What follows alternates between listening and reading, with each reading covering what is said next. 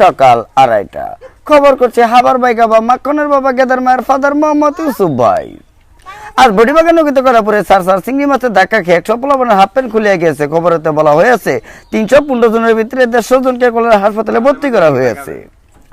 খবর বিস্তারিত খবর বলছি এখন আপনাদের মাঝে এক হাত। আজ ঢাকা মহাকালী কাঁচা বাজার থেকে একটি কুত্তার বাচ্চা হারানো গেছে। কুত্তার বাচ্চার পরনে ছিল লাল রঙের হাফ প্যান্ট এবং গোলাপি রঙের ব্লাউজ। কুত্তার সন্ধান নিয়ে যদি কেউ পেয়ে থাকেন জামালপুর সরিষাবাড়ি পাদুর মোড়ে পৌঁছায় দিবেন। তাকে 2টা সিরা জুতার মালা এবং একটা গুড়ার চাবুক দেওয়া হবে। খবর করছি ঢাকা টঙ্গী বাস্তবপাড়া থেকে।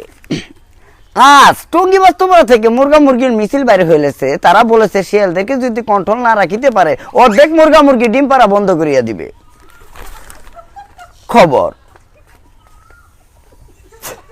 খবর করছি ধূমপানের কারণে হাজার হাজার করোনা ভাইরাসের কারণে মানুষ আত্মহত্যা করবার জন্য তারা প্রস্তুতি নিচ্ছে। কেন যেন কৃষকের ভিতরে তারা উপর দিকে এসে এই নতুন খবরটি পৌঁছাবার জন্য তারা আমাকে অনুষ্ঠিত করেছে।